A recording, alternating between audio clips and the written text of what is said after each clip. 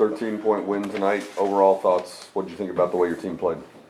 Well, this is a kind of unusual game for us in the sense that, you know, we play man-to-man most all the time. That's what we work on most of the time, and quickly figured out tonight was not a good, we couldn't guard them tonight man-to-man, so we played zone the whole time, and at the zone, you know, if you want to judge the zone, they shot 34%, and you know, those numbers are fantastic, but for me, I can't feel great about it because, you know, it's not what we're, you know, you've got to be able to guard. And I will say, we played them a couple of years ago.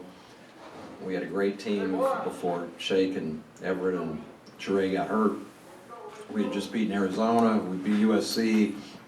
We're winning those games. We played New Orleans and had a similar game to this. I mean, it was, and I said after, I don't want to schedule them again because they're very difficult to play. And I give him an awful lot of credit. Both ends of the floor, they're very difficult to play against. Having said that, you still need to be able to guard whatever they throw at you, and we didn't. So from a defensive standpoint, I feel great about the numbers, but I just can't really feel great, period, because I did not feel we would have done one half that good had we been in man-to-man most of the time. On the other hand, you know, offensively, I thought it was great. Last year, they were sixth in America at forcing turnovers. That's what they're all about. They get up in the lanes. They try to disrupt everything you want to do, which they take you out of most things. They kind of force you to either spread the floor or throw it inside. We spread the floor a lot and only turned it over 10 times. So I love that. Offensive numbers were good. Just to me, we just a second game in a row missed a lot of open threes. You know, I think we have a good shooting team, but it doesn't look like that yet. But we have a bunch of guys that I have a lot of confidence when they shoot the ball. I thought we missed and took a lot of good threes. You know, how many missed? 17 we missed. I'll bet at least 13 of those were really good shots. At least 13 of them that were missed were great shots.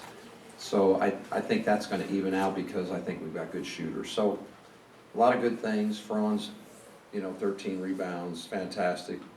Tyson was great. CJ, 5 assists, 1 turnover, fantastic. I thought Everett played great. I thought Everett was just great. He just played rock solid, and I just felt his presence when he was in there. He really gives us a lot. Sometimes it won't always show up in the stat sheet, but he's doing a lot to help your team win, and I was very proud of him. With the way that the zone played, do you feel like that, you know, the way that it was pretty good, do you feel like that's something you can go back to, or is it kind of shaky? You know, you always want to have a change up or another, you know, that for the course of the year, you always want to have at least one change up defense, you know, in case it's just one of those nights. And definitely there will be times when we certainly are going to need to play zone, but it's just not what, you know, honestly, I don't want to do it very much. I don't want to need to do it very much. I will say, sometimes you play a team that, you know, let's say a team like New Orleans.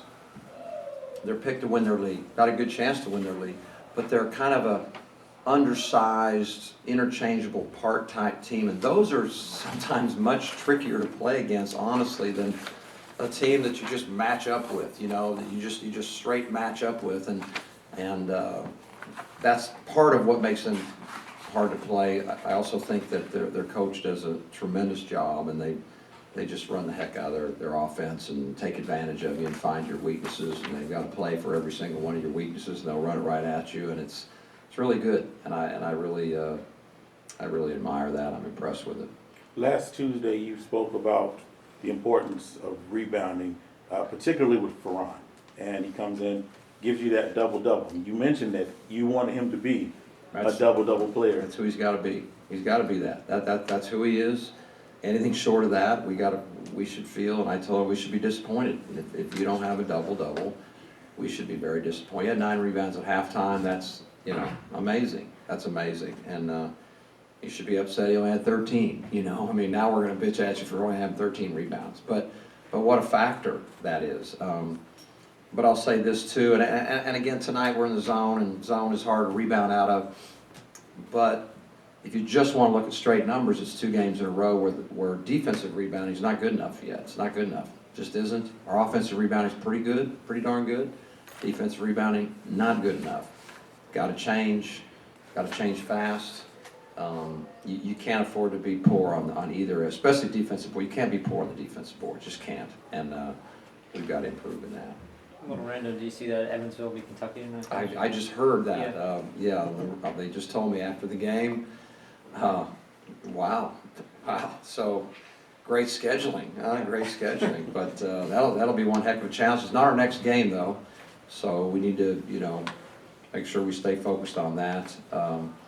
Charles has been nursing. We kind of were 7.5 tonight because Charles has been nursing a sore back. We need to get him back to full speed to get a full 8 guys, and hope that injury and slash waivers, we'll see. We still don't have results on those to see where that's happening. Of course, we have Isaiah Jacey at semester, so, but it's stressful. It's stressful to be out of probation, so where we don't have limited numbers and only have to be suiting up 7.5, 8 guys, and so I'm really looking forward to all the above taking place so we can have our full squad and full depth, and it's going to be very important moving forward. What are those injuries that you have? Pardon? What are the injuries you're dealing with exactly? Well, it was Darius McBride's been out for a good while with an ankle, but I'm hoping to redshirt Darius, and I don't want to play him in a game and waste a whole year because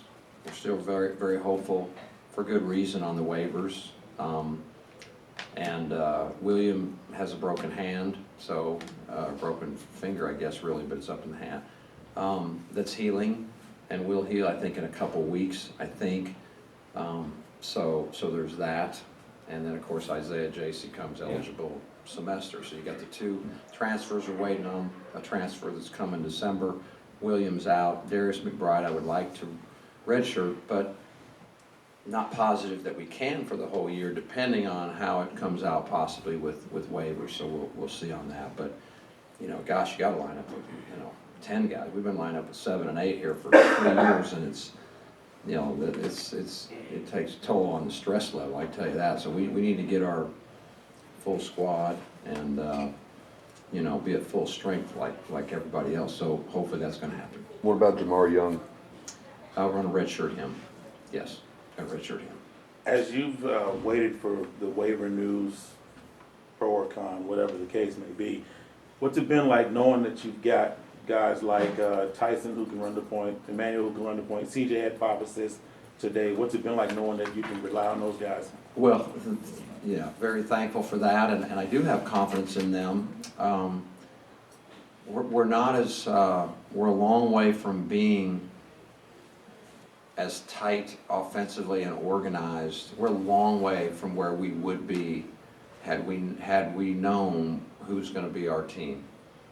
We're kind of jerry-rigging it every day, like you play some and you play some and you play some, and it's been very difficult. And I know maybe for the public it's hard to understand that, but there's only so much practice time. You can't practice for 4.5 hours a day. There's only so many reps. And also it's going to be, depending on waivers, maybe the way our offense goes is possibly changed. So we're a little bit in a holding pattern, honestly. I am. I don't want to go down a direction and then, oh my gosh, well, look what just happened, and now we're going to switch it. So we're just kind of, I'm sure in a month and a half, our offense will look much different because we'll know.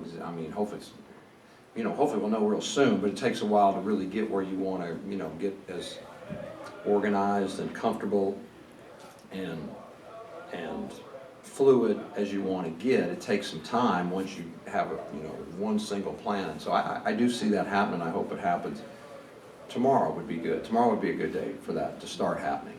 Is there, when this happens, the fact that the NCAA can kind of put you guys in a holding pattern, is it, I can tell you were frustrated just even me asking about it, but what would you say to them about the way this is all being handled? If you can.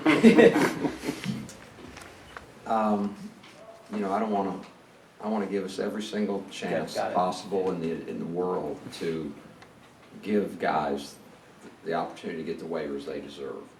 So I think the best thing for me is just to leave it at that until maybe another time. And I don't mind you asking, I'll say that, at all, because it's just, it's surreal. It is surreal to me, I'll say that, it's very surreal. But hopefully it won't be for much longer. You mentioned the waivers, they're still pending, and then the injuries to Douglas and McBride, and then Bandamel picks up 2 fouls in the first minute tonight, and you sat in the rest of the first half. Was there any temptation to go back to him, Yes. if only to Yes. reduce the In a mileage word. on Jolly In a and word, White? Yes, Okay. yes. And that's where, that's one of a million things where it hurts you, like I said, Charles was a little questionable for today. He gave us good minutes, but he wasn't full tilt. So I knew that. We didn't know, we might have had 7 suiting up tonight, which, as you well know, we're used to, but it's not what you need in college basketball. You need more than that. And for instance, when you get in any foul trouble in the first half, like, well, what do? Do we just play with fouls and hope like crazy they don't foul out, and leave guys more minutes than you want them to play?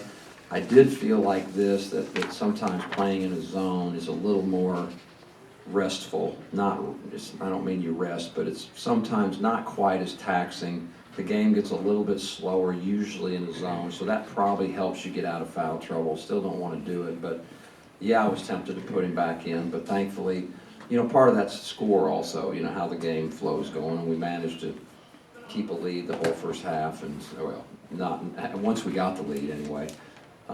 But yeah, so that's why I say we need to get full strength. We need to get our full squad, and I'm really excited for that day to come.